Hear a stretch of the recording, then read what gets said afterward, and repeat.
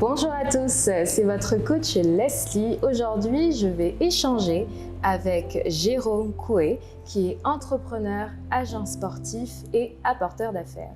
Dans ce contexte, il m'a contacté pour pouvoir justement en savoir un petit peu plus sur le coaching. Alors, Jérôme. Bonjour. Bonjour. Quelles sont les questions que tu te posais par rapport au coaching? Bonjour, je suis très heureux d'être en votre compagnie déjà, de m'avoir accueilli. Je me pose beaucoup de questions sur le coaching et certaines seraient des questions à vous poser par rapport au coaching. Et ma première question par rapport au coaching, qu'est-ce que c'est le coaching? D'accord. Alors, le coaching, ce qu'il faut savoir, c'est l'art d'accompagner une personne dans la réalisation de son objectif. C'est-à-dire qu'un coach, il va être comme un entraîneur de vie. Il va venir vraiment aider la personne à se poser les bonnes questions, prendre du recul sur lui-même pour pouvoir mettre en place un plan d'action afin d'atteindre l'objectif fixé. Deuxième question, j'aimerais savoir qu'est-ce que le coaching apporte concrètement à un chef d'entreprise qui a son entreprise et plusieurs organes, plusieurs employés sous son ordre. Alors, le coaching, comme je l'ai dit tout à l'heure, c'est vraiment l'art d'accompagner une personne dans la réalisation de son objectif. Donc, le but, lorsqu'un chef d'entreprise vient prendre des séances de coaching, c'est parce qu'il a des objectifs à atteindre et il a besoin de ce coup de boost, de ce soutien supplémentaire, parce que lorsqu'on réfléchit par soi-même, souvent on peut être confronté au phénomène du hamster, comme j'aime bien l'appeler, où on va tourner en rond. Ça, c'est un premier point. Le deuxième des points, le coach étant une personne extérieure, il va pouvoir prendre beaucoup plus de recul sur la situation et pouvoir poser vraiment les bonnes questions parce que c'est son métier de maîtriser l'art du questionnement. Un coach maîtrise cet art du questionnement et en posant les bonnes questions, faire ressortir les bonnes réponses. Et donc ce chef d'entreprise qui est face à des grandes décisions pour faire évoluer son business, qui est aussi un humain, une personne à part entière, eh bien il a aussi certaines thématiques dans sa vie professionnelle, mais aussi dans sa vie personnelle, qui peuvent influencer la performance de son entreprise, l'atteinte des objectifs et également la réussite de son management et de ses projets en général. Ok. Quelle formule les coachs pourraient nous apporter pour pouvoir travailler? Soit c'est sur un court terme, à moyen terme, à long terme. À quel moment pourrons-nous savoir quand est-ce que j'arrête de travailler avec mon coach ou quand est-ce à quel moment j'ai besoin de travailler avec mon coach? Alors, vraiment, le coach, il travaille sur un objectif. C'est un objectif qui est défini. Même si vous n'avez pas encore clarifié la formulation de votre objectif, la première séance de diagnostic avec le coach permet justement de définir cet objectif. Et en fonction de cet objectif, on va pouvoir définir justement la périodicité des rendez-vous. Ça peut être un rendez-vous par semaine, ça peut être un rendez-vous une fois toutes les 2 semaines, ça peut être un rendez-vous par mois en fonction du planning. Et en fait, il y a cette possibilité d'adaptation et de créer un programme sur mesure en fonction du besoin, en fonction de la problématique, de la situation et des contraintes de la personne à l'instant T. Si on prend par exemple le cadre de votre club sportif dans lequel vous souhaiteriez faire appel à un coach extérieur afin de venir parler sur la thématique par exemple du savoir-vivre ensemble en tant qu'équipe. Donc c'est une forme de management d'équipe que vous voulez externaliser en plus de votre compétence de gestion de cette équipe. Vous souhaitez faire appel à un coach extérieur pour venir parler peut-être de thématiques un peu plus profondes dans le développement personnel attrait au management d'équipe. Ça va être parler des différentes personnalités, comment faire en sorte que les différentes psychologies puissent s'entendre, comment organiser les interactions, communiquer de manière non violente. Ce genre de thématique-là que le coach va pouvoir venir implémenter dans l'entreprise et avec justement son art du questionnement, ses connaissances dans les domaines de la psychologie humaine, ses connaissances dans l'environnement, de la compréhension du comportement humain. C'est avec toutes ces compétences-là qu'il va venir en fait travailler avec des personnes, des personnalités dans le cadre professionnel pour atteindre un objectif. Je vais vous donner un autre exemple. Si par exemple, vous avez un groupe de collaborateurs qui doivent atteindre l'objectif de lancer un nouveau produit dans l'entreprise et faire en sorte qu'il y ait le succès de ce produit. Certes, il y a l'équipe qui est là, mais cette équipe-là, parfois, elle a besoin d'un regard extérieur pour se poser des nouvelles questions, challenger ses idées pour pouvoir aller plus loin. Et ça, c'est le rôle du coach. C'est un regard extérieur qui va venir challenger vos idées, qui va venir challenger vos réflexions afin de pouvoir vous aider à faire plus loin et faire ressortir le meilleur de vous-même. Beaucoup de chefs d'entreprise comme moi avons besoin d'aide, d'accompagnement. Est-ce qu'il y a cet accompagnement, cette aide mentale et psychologique aussi du client, hormis le côté business, affaires? Alors effectivement, après, c'est pas non plus de la thérapie psychologique que l'on va faire. C'est toujours en lien avec un objectif.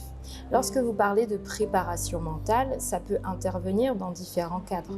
Je vais prendre un autre exemple. Nous avons une personnalité publique qui doit faire un discours.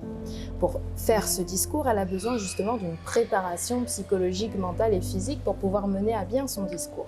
Eh bien, qu'est-ce qui va pouvoir se passer? C'est que le coach peut faire quelques séances avec ce client pour l'aider à travailler sur sa prise de parole en public et inclus dans sa prise de parole en public, cibler qu'est-ce qui pourrait lui porter problème, qu'est-ce qui pourrait lui porter préjudice, comprendre la source de ces choses, voir comment ça se traduit dans le présent et comment on peut faire en sorte que ça puisse être transformé pour que l'avenir et donc cette prise de parole se fasse dans de meilleures conditions. Est-ce qu'il y a une étude qui est faite au préalable? Une étude du client, une étude de l'environnement d'affaires, parce que chef d'entreprise, on ne va pas le coacher de la même manière qu'un agent de football, pas de la même manière qu'un footballeur. Est-ce qu'il y a une préparation au préalable par rapport au contexte, par rapport au client, par rapport aux différents prestataires? Effectivement. Alors, ce qui est très bien avec la discipline du coaching, c'est qu'on peut s'adapter à différents environnements. Pourquoi? Parce que le coach maîtrise l'art du questionnement. Il va poser les bonnes questions pour faire ressortir les bonnes réponses. Et le coach, certes, il peut faire des recherches sur votre domaine, mais vous connaissez votre domaine mieux que le coach. Et lorsque l'on travaille en coaching, je vais vous poser des questions, que ce soit pendant le rendez-vous diagnostic ou pendant les différents rendez-vous. Je vous pose des questions pour que vous puissiez faire ressortir ce dont vous avez besoin de travailler à l'instant T pour atteindre votre objectif. Donc en vérité, le coach n'a pas forcément besoin de connaître à 100% le domaine d'activité pour pouvoir coacher la personne, parce que nous venons coacher une personne. C'est différent du coaching qui va être vraiment plus presque du consulting. Non, c'est différent du consulting, où le consulting, on va donner vraiment du conseil. Le coach n'est pas un conseiller. Le coach, c'est quelqu'un qui va venir vous challenger, qui va venir vous retrancher dans ce que vous-même vous croyez, dans ce que vous vivez, mais qui n'est pas adapté à ce que vous voulez vraiment. J'aimerais savoir quel type de clientèle vous visez. Alors, je vise une clientèle forcément qui va être à laquelle je peux m'identifier et qui peut s'identifier à moi. C'est-à-dire que je suis entrepreneur chef d'entreprise et je travaille justement sur ces questions plutôt d'entrepreneuriat, de gestion d'entreprise, de management d'équipe, de communication, parce que j'ai une agence de communication et de création de contenu audiovisuel. Et en plus de cette agence de création de contenu audiovisuel, je fais également du coaching professionnel qui vient en fait travailler sur le développement personnel en faveur du développement professionnel. Mais c'est vrai qu'il y a certaines thématiques qui sont très nécessaires dans l'entreprise, tout comme on a dit le management d'équipe, mais il y a aussi le travail sur la conscience professionnelle et l'intégration des collaborateurs à la culture d'entreprise. Ce sont des thématiques justement sur lesquelles je travaille, des thématiques de stratégie d'innovation et de création de nouveaux produits également. Et ça peut être aussi l'entrepreneuriat pour pouvoir structurer son idée de projet, structurer tout son business plan, se poser les bonnes questions pour faire en fait son étude de marché et à l'issue du coaching avoir un projet presque prêt à être lancé, voire même lancé pendant le processus de coaching. Donc ce sont différentes thématiques que je traite et pour pouvoir traiter ces différentes thématiques, je vais aller auprès des entrepreneurs. Ça peut être des jeunes entrepreneurs porteurs de projets, tout comme des entrepreneurs déjà ancrés.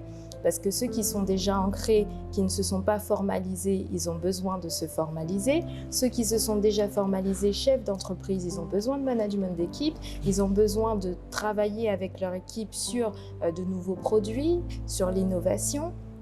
Ensuite, il y a aussi ce besoin au niveau des collaborateurs de travailler sur la conscience professionnelle. Ensuite, il y a cette grande thématique du développement personnel au sens large où on peut travailler sur des questions d'organisation, de gestion du stress, de gestion des peurs, de dépasser ses limites, sortir de sa zone de confort, apprendre à parler en public sur les thématiques de communication. Donc, c'est tout cet environnement-là qui me permet de travailler autant avec des entrepreneurs, des cadres dirigeants d'entreprise, des employés et toute personne qui souhaite entamer ce processus de transformation personnelle. Est-ce que vos grilles tarifaires sont à la portée de ces sociétés-ci, sont à la portée de ces clients qui n'ont pas le même portefeuille qu'un grand chef d'entreprise? Alors, ce qu'il faut savoir, c'est qu'il existe différents coachs. Ça se démocratise de plus en plus. Et il y a de plus en plus de personnes comme moi qui se forment à la discipline du coaching de manière professionnelle, qui ont un diplôme et à qui on peut faire confiance. Parce qu'on ne s'invente pas non plus coach pour dire coach. Aujourd'hui, il y a des réelles formations qui nous permettent d'acquérir les outils pratiques pour mener à bien cette discipline. Mais maintenant, au niveau de mes tarifs à moi, je sais que j'ai des tarifs qui ne sont pas forcément accessibles à tout le monde, mais je m'arrange à proposer différentes formules. C'est-à-dire que pour faire du coaching individuel, effectivement, ce sera plus une cible dirigeante, entrepreneur qui a déjà dans son budget assez de moyens pour faire du coaching individuel. Mais pour tout ce qui est plus collectif, c'est beaucoup plus accessible. J'ai des tarifs pour des séances collectives qui permettent à tout à chacun, même à un étudiant, de participer aux événements collectifs, ce qui leur permet de travailler tout de même sur ces questions. Peut-être que ce ne sera pas aussi profond que le coaching individuel, parce qu'en coaching individuel, pendant 1h30, c'est vous et moi en toute confidentialité. On peut aller vraiment en profondeur dans votre thématique pour faire ressortir vraiment, on peut faire le travail en 1h30 de coaching que vous auriez pu faire en 5 voire 10 ans. J'ai eu des séances avec des clients où en 1h30, ils ont eu la révélation de leur vie qui a complètement changé leur manière de se voir eux-mêmes et même le monde. Donc en 1h30 de coaching individuel, on peut faire vraiment des choses extraordinaires. Mais en 1h30 de coaching collectif aussi, on peut réussir à faire des choses parce que j'ai une pédagogie lorsque je fais des ateliers qui est très simple. On va faire 20% de théorie, mais 80% de pratique. Donc, c'est-à-dire que j'apporte des éléments théoriques pour comprendre la thématique, comprendre la méthodologie. Et ensuite, on a 80% de pratique où vous allez vous mettre en action. Et moi, je suis là pour vous guider, vous accompagner au cas par cas. Je passe en fait dans les rangs lorsqu'on fait un événement collectif dans des salles ou même en ligne. Je prends personne par personne dans la mesure du raisonnable et du possible, certains cas pour pouvoir travailler plus spécifiquement. D'où vient créatif? Alors, créative. C'est la création et l'action, la créativité et l'activité. Parce qu'on ne crée pas tant qu'on ne passe pas à l'action. On ne peut pas être dans la créativité si à un moment donné, on n'est pas dans l'activité. Vous voyez? Donc vraiment, créatif, c'est pour montrer qu'on peut créer beaucoup de choses. On peut être créatif, on peut sortir de notre zone de confort, atteindre nos objectifs en passant à l'action. Quelles sont les difficultés, les contraintes, les handicaps que vous avez rencontrés chez certains de vos clients? C'est un peu, j'espère que j'enfreins pas la confidentialité. La règle de confidentialité. Des séances sont confidentielles, donc je ne peux donner le nom de personne ni expliquer en profondeur ce qui s'est passé, mais j'ai certains scénarios ou certaines situations qui reviennent souvent. Par exemple, cette problématique de pas réussir à trouver un équilibre entre sa vie professionnelle et sa vie personnelle. Parce que justement, on amène un peu trop le travail à la maison. Les entrepreneurs et les dirigeants d'entreprise ont souvent cette problématique. C'est pour ça que je dis souvent que je fais du développement personnel en faveur du professionnel, parce qu'en arrivant à trouver un équilibre aussi dans sa vie personnelle, on va pouvoir être beaucoup plus aussi performant et créatif au niveau professionnel. Donc c'est un entre-deux qu'il faut trouver, qu'on peut travailler justement en coaching. Il y a d'autres situations où par exemple c'est la peur de se lancer, où une personne a un projet, mais elle ne sait pas par où commencer, elle a peur de se lancer. Et donc justement, en coaching, on va établir le plan d'action pour qu'elle puisse passer à l'action en sachant exactement qu'est-ce qu'elle doit faire et en ayant fait ce travail pour, on va dire, démanteler un petit peu les peurs, eh bien, elle va pouvoir plus facilement passer à l'action. Ça va être aussi des thématiques de prise de parole en public, comme je l'ai dit tout à l'heure, où une personne, elle souhaite prendre la parole devant un public, mais elle est un peu timide, ou elle ne sait pas trop comment s'y prendre, elle aimerait apprendre les codes, mais pour pouvoir comprendre les codes de la prise de parole en public, oui, je peux les transmettre, mais il faut aussi comprendre qu'est-ce qui bloque. Et en fait, le coaching va permettre de déceler les blocages. Une fois qu'on les a décelés, les débloquer et ensuite mettre en place de nouveaux programmes. C'est-à-dire qu'on va vraiment travailler sur le système de pensée, le système de croyance et en fonction de tout ça, transformer ensuite les actions mises en place. Mais je suis très satisfait par vos réponses. Je pense que le coaching au XXIe siècle, en 2022, va être un aide vraiment édifiant, très intéressant pour les entreprises africaines, parce qu'en Europe, c'est vraiment plus développé, parce que le coaching aussi peut aider un chef d'entreprise au niveau de la gestion des ressources humaines, parce que des fois, il y a beaucoup de chefs d'entreprise qui ont ce problème de gestion des ressources humaines avec certains de ses salariés, certains de ses collaborateurs, certains de ses partenaires. Il y a aussi cette gestion aussi émotionnelle, parce qu'avec le stress, avec la tension, il y a des partenaires d'entreprise aussi qui ne tardent pas à s'énerver, à crier au boulot et tout ça. Et le coach va être une aide très importante. Je pense que ce que vous faites est à saluer, que beaucoup d'entreprises, beaucoup de personnalités, que beaucoup de structures se refaire à créatifs, parce qu'on en a besoin avec les sociétés, avec les personnes publiques, privées.